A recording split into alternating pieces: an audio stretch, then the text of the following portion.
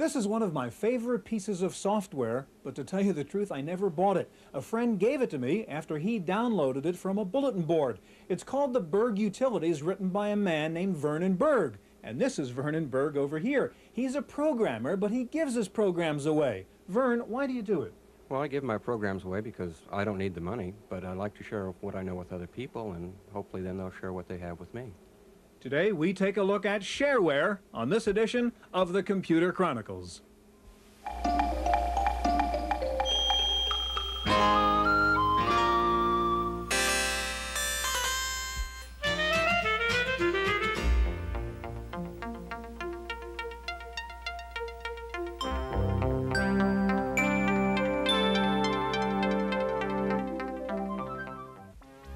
The Computer Chronicles is made possible in part by CompuServe, featuring an online reference library, Wall Street reports, at-home shopping, airline reservations, games, and hundreds of other services.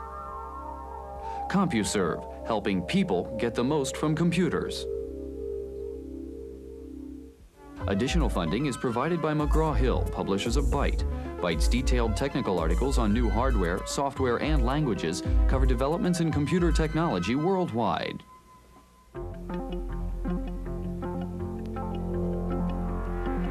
Welcome to the Computer Chronicles. I'm Stewart Cheifet, and this is Gary Kildall. Gary, as you can see from all these books here, there are literally thousands of programs you can get for nothing or for a very small contribution. This program here on the computer is called Piano Man by Neil Rubenking, a classic piece of shareware. It doesn't only play music, it's a full-blown music construction set. I can't think of another industry in which so many talented guys give away their products. You're a programmer. Explain this mentality. Well, Stuart, first of all, it's fun to program. It's really neat to take a concept and work from one line of code all the way to a full-fledged application. A second thing that's really important for the hobbyist and user group is that it's part of the social atmosphere. It's like ham radio operators that give away circuit diagrams, they'll send messages across country for free. It's the same idea. A third thing that's important is it takes a big investment to market and sell, support, get a product in the market. You're not even sure you're going to be successful. Yeah. They can't argue with a free program. The worst part about that kind of thing is you can't do the thing you like best, and that's program. Right.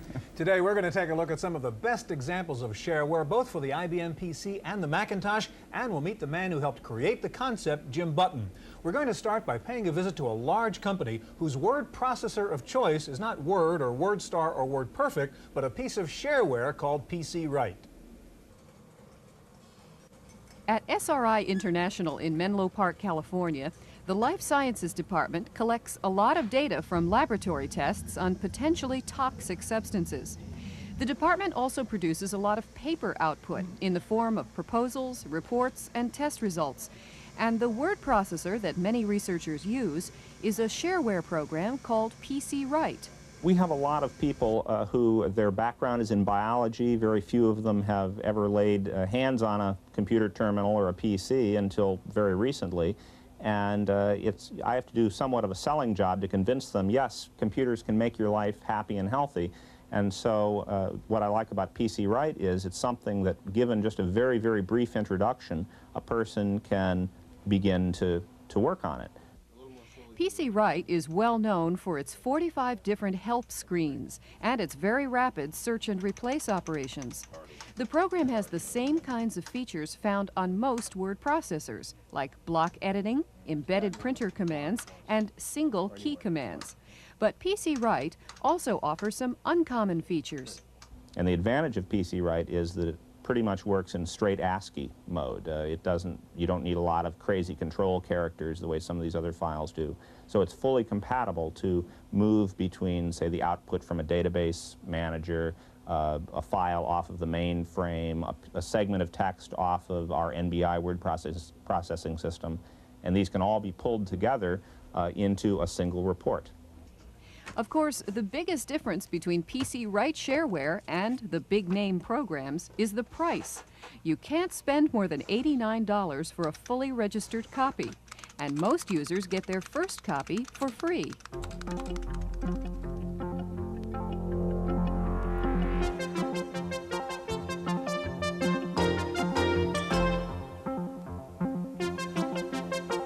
Joining us in the studio now, the man they sometimes call the father of shareware, Jim Button, CEO of Buttonware. And next to Jim is Russell DeMaria, author of the book Public Domain Software. Gary? Jim, what's the background behind shareware? Where'd it come from?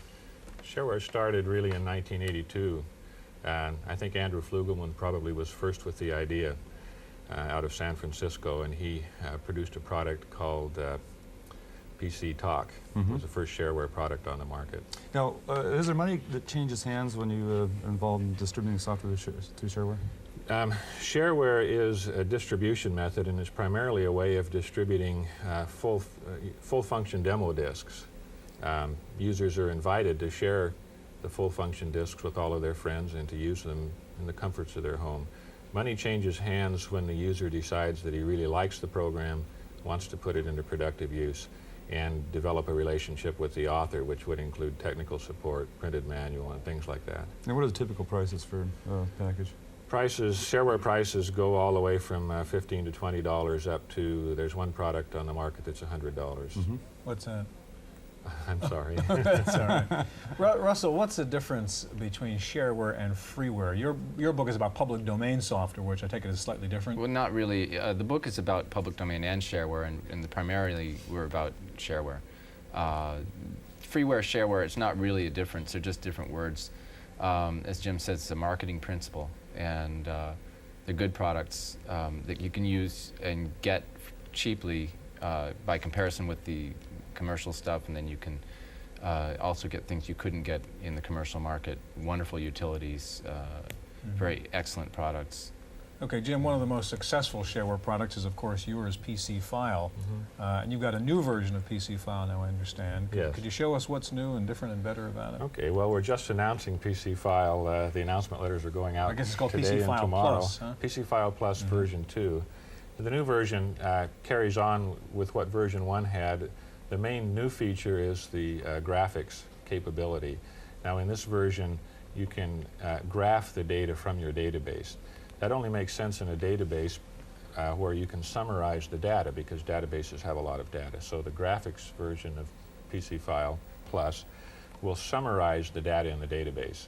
I've set up a smart key or a macro key to go through this particular database and pull out sales records for every February for the last 5 years and summarize some sales figures. The dollars are made up, but they're close to being buttonware sales revenues for the past 5 years. So if we'll go ahead and start the program, and ideally the user, of course, would be answering questions here. They're very easy type questions to answer, not of the nature of how to draw the graph, but of the nature how to summarize the data. And so after answering those questions, the program produces, in this case, a horizontal bar chart of the February figures. As a user now, I can do some interesting things with this. I may decide that I would rather see a vertical bar chart, and so I can change the graph instantly, or a pie chart for those sales figures. And I can also do things like draw a line showing the average sales, or I could do a regression analysis and show the line that best fits the points across the figures. But it's basically an easy-to-use graphics extension to the program. And what suggested price do you have on PC File Plus? PC File Plus is $69.95. Okay, could I ask you to get out of PC File Plus so we can get Russell, who wants to show us a couple things. And while you're doing that, Russell, let me ask you, you have a couple of favorite shareware programs you're going to show us. What are they? Well, I'm going to show you a few of the many that I like, and I'm going to show you HDear, which is a colorful directory program, and Procom, which is a very fine telecommunications package. And let me get in here. Okay, you load up a minute. Jim, let me ask you, I heard something kind of new here as you guys were talking at the beginning about shareware, not as just sort of generosity, but you called it a marketing principle or concept. Is that an important element that it's really, because Gary was talking about that at the beginning of the program, it's a way to really get software out there? Yes, it's really a marketing concept more than anything else. To say that something is shareware says nothing about the quality of the program or what the program does. It simply talks about how the program is distributed. So it's a marketing concept or a distribution method. Okay, Russell, you've got your stuff up. What is that? What we've got here is Auto Menu, which is one of the most successful shareware products, and it's a front-end menu program really useful for hard disk management. And this is what you get when you get Shareware. This menu is already built in. You can modify it and change it or start from scratch with a new one. I've added one called Computer Chronicles submenu number 8. If I press number 8, I go automatically to that menu. On this menu, I have several options already set up. I thought I'd show you the HDIR first. And I've set it up with a script to show that I can add any parameters on the fly. I've decided to sort this by 2 columns. And there we go. You'll notice HDIR does everything in color. That means that I have light blue for exec files, white for doc files, green for com files. Very quickly identify what's there. I can also sort them by different methods. And I can hit the keys a couple times. You see there's a summary of how much data is stored in that subdirectory. And then I go back to the menu. This is all done very quickly. Show us Procom. Procom. That's been one of the most successful shareware programs. Very successful product. And I can't show you the whole product in the time we have, but I can show you something. And this is a summary of the commands here. This is basically, Russell, a communications program? Communications program, and communications is important in Shareware because much of the distribution is done through bulletin boards and other telecommunications means. Dialing directory here, I have a few things in it already, and for instance, if I hit the number 2 here, and then I press return, I will automatically dial our bulletin board in Hawaii. I can exit that since we're not going to dial it now. And I was going to show you some protocols. If I'm going to download online, I may use different protocols to download, and the protocols affect how the transmission is made, how fast it is, and other things. And here's a set of protocols that are available in Procom. And there's a subject in our book that goes into great detail about what these protocols are all about. It's a lot to explain. Alt-X takes me out, and I go back to the menu. I can go back to the main menu like this, and back to the DOS level anytime I want. I'm sorry, go ahead. Well, I was going to say, Russell, how does the quality control, you brought that up a little earlier, how does the customer ensure that he's getting a good product? He assures it by using it before he pays for it. That's the wonderful thing about Shareware. Okay. He actually has it in his hands, and he sees if it's fit for his purpose, and if it isn't, he doesn't have to use it and doesn't have to pay for it. Jim, is there much abuse of Shareware because of the way it works? I don't know how you define abuse. We give permission for people to use it and try it out for as long as they feel necessary in order to evaluate it. I don't think there's a lot of abuse. The good programs get paid for. Jim, Russell, thank you very much. In just a minute, we'll take a look at some Shareware for the Macintosh. First of all, we're going to visit the world's largest Shareware distributor, PC-SIG, in Sunnyvale, California. If you've ever bought Shareware, chances are fairly good that you got it from here. This is PC-SIG, the world's largest Shareware distributor with a library of over 25,000 programs and sales of some 1,000 disks each day. Well, Shareware is the alternative to the high-price commercial spread. The Shareware programs that are now available are equal, if not better, than a lot of the commercial programs on the market, and hundreds of dollars less when it comes to registration. PC-SIG is the conduit between Shareware authors and users, handling the marketing and advertising for the authors and guaranteeing quality for the customers. When we get a program in here that's submitted, it goes through our librarian. He looks it over. If it meets what we consider to be good Shareware standards, he then sends it out to an independent reviewer. Then it's reviewed again before it's placed in the catalog. Everything sold here is also supported by full-time staffers. Technical support. PC-SIG's success has allowed it to branch out into some new areas.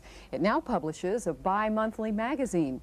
You can buy all 25,000 programs at once on this CD-ROM disc. And you can buy some of the titles now in retail stores. And the company has also branched out into the business of selling hard-to-find videos. In other words, Shareware has been very good to PC-SIG. It's come a long way from the founder's garage to a company now making several $1 million a year.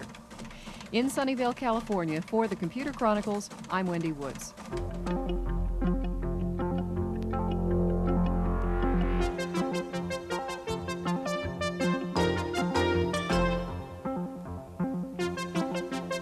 Joining us in the studio now is Rains Cohen, SysOp of the BMUG Bulletin Board, and next to Rains is Stephen Howard, also with BMUG, and Gary, BMUG stands for Berkeley Mac Users Group. Okay. Rains, I'm a little confused.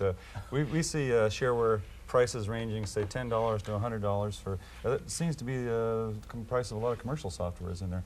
Is it a profit-making thing, or is it a free software For some authors, it is a profit-making thing. Notably, say, Scott Watson of Freesoft or Don Brown of CE Software.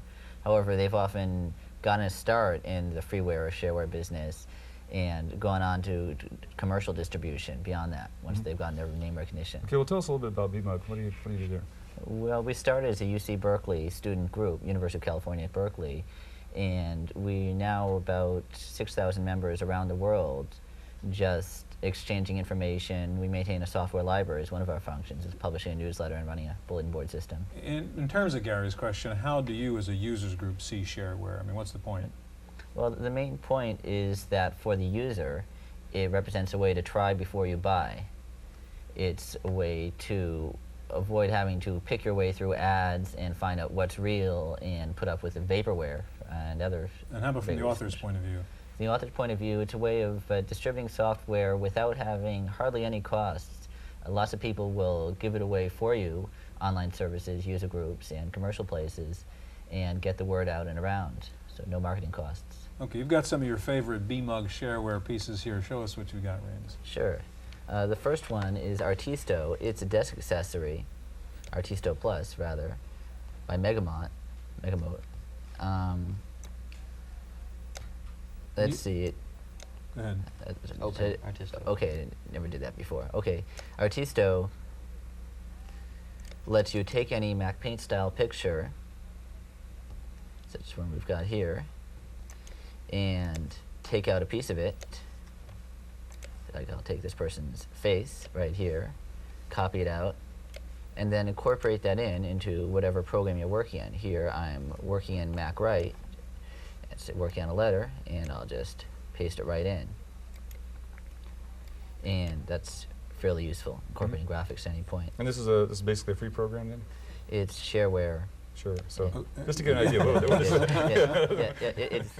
It's a $5 or $10 donation requested. Sure. Okay, what else you have on there from BMUG? Let's see, another popular program. And would Artisto, for example, be available on your bulletin board? Yes, in a bulletin board and in our software library. Okay. Another popular BMUG program is Stuff It. It's a program that compresses and decompresses files, and such as we've got one right here that I'll extract. And it's a... What's the file you're working on? Is that a graphic game? It's a graphic image, the one that we just looked at. It's had it compressed here. This is used quite a lot by users of commercial and public domain online services, both because the files are smaller for transmission. It's less expensive to transmit. Okay, so you're waiting for it to do its bit right now? It's working as we speak, and it just uncompressed that picture that we just saw. It saved 29% in that case. Would have been $35K normally. Could have cost you a bit to download. Yeah, Stephen, you have an interesting policy on pricing this thing, don't you? You were explaining before. Well, BMUG disks are distributed at the cost it takes for us to duplicate them. We have no claims on the software on them. Those are, according to Shareware Ideal, owned by the authors. So we distribute them at the lowest cost we can, and that ends up being about $3 for a disk full. But what about, you were telling us about the decompression and the compression software, about how depending on what you're going to do with it, you have a different price. Yeah, Stuff It in particular, Ray Lau, who wrote the program, has a very nice scheme. If you're just using it to decompress files that you're getting from some online service or elsewhere, it's free, and there is no donation requested. If you're using it to archive files, to upload, then he requests $18. Okay, now what about the world of HyperCard? What has that done to shareware? Well, HyperCard's had an incredible effect on just the development of public domain and shareware software, because it makes it so much easier for anybody to express an idea in the form of a program. And so here's a sampling of what some people all around the world have developed. It just takes so much less time that it makes it that much easier. Okay, so what are we seeing here now? This is a card for each one of the Yeah, this is programs? a BMUG stack catalog by Scott Chronic, one of our members, that simply shows one card from each of the stacks in our library. That's a lot of stacks. Over 25 megabytes of stacks. Okay. What's the relationship between shareware and the usual commercial software that you'd buy off the shelf in a retailer? Are these in competition in a sense, and what do the commercial software houses think about the shareware idea?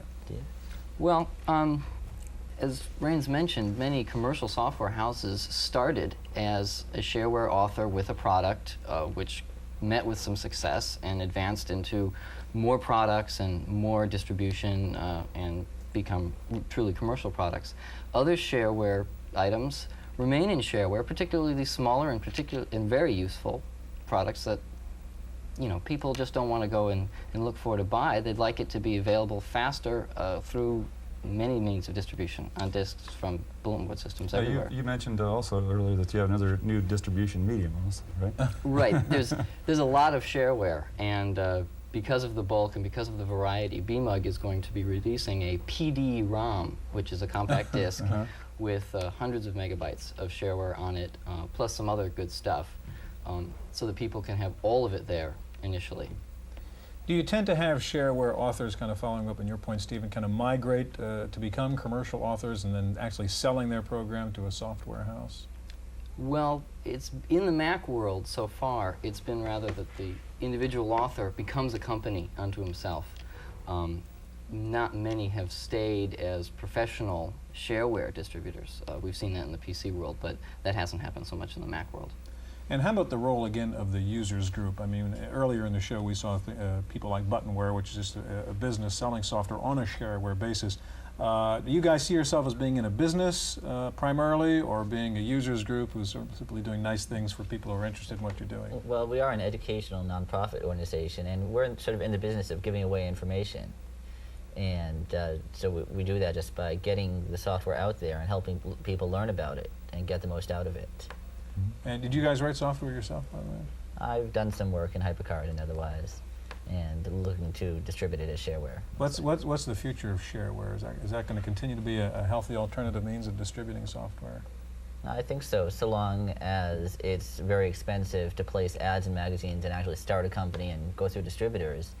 It'll provide a channel for people, the small guy, to get started. And so what's the best way for somebody to get access to the shareware? Or through the user groups? They contact you? Yeah, contact us or any user group. The local user group is the best one. Yeah. Ray, Stephen, thank you very much. That's our look at shareware. We hope to see you here again next week on the Computer Chronicles.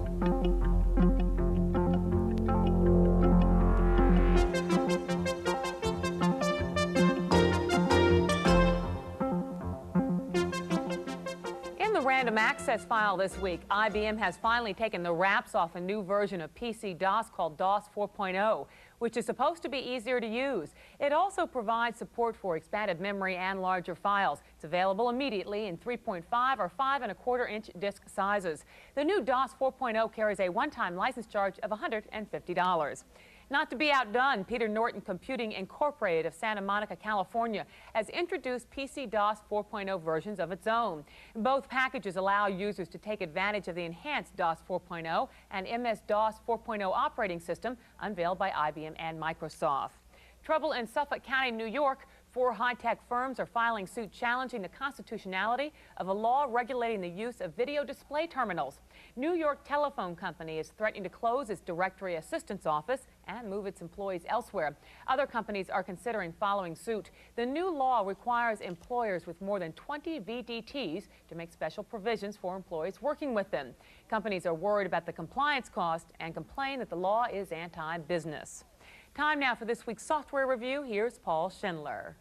Can you tell what comes next? I couldn't, and the people who wrote the Mentor software package say only 1 person in 10 can solve it. Give up? 6 comes next. Look again. This is the numbers 1 through 5 merged with their mirror image. Well, when they say Mentor uses unusual techniques to test your intelligence, they aren't kidding. This program includes more than 50 tests and exercises. Let's look at some of them. After eliciting your name and date of birth, the program offers 3 main sections. It'll draw your biorhythm chart, or you can use it to test your IQ, if you're an adult who is a native speaker of English. The program will test your memory, your reaction time, and your coordination, as well as your ability to perceive time. The intelligence test offers some unusual questions, which I certainly found challenging. In some sense, this is the ultimate yuppie software for those who can't find out enough about themselves. You might like it even if you aren't a yuppie. By the way, it comes with what it describes as the smallest manual in the world. Mentor is $50 from Heuristic Research of Midland, Texas. For the Computer Chronicles, I'm Paul Schindler. The 3-year-old court fight between the two giants in the law database business are settling a much-publicized copyright suit.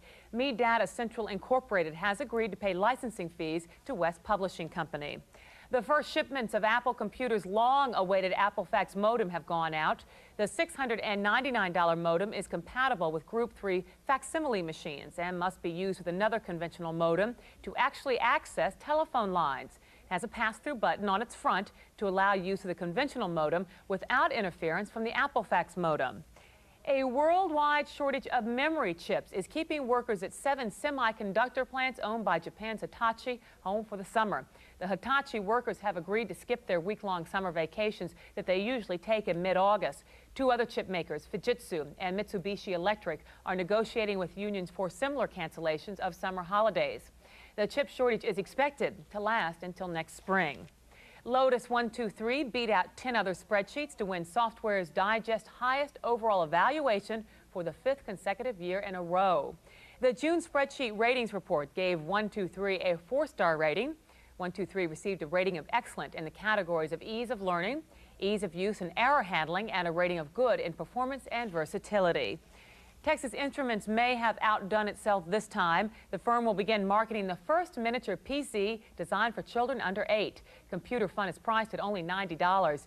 It comes with a voice recognition system, which is limited to 2 words, yes and no. And it comes with a number of built-in ROM-based software packages based on typical preschool activities. But if kids get bored with these, they can always switch into the playing mode to keep them entertained. That's it for this week's Random Access. I'm Cynthia Steele. The Computer Chronicles is made possible in part by CompuServe, featuring an online reference library, Wall Street reports, at-home shopping, airline reservations, games, and hundreds of other services. CompuServe, helping people get the most from computers. Additional funding is provided by McGraw-Hill, publishers of Byte. Byte's detailed technical articles on new hardware, software, and languages cover developments in computer technology worldwide.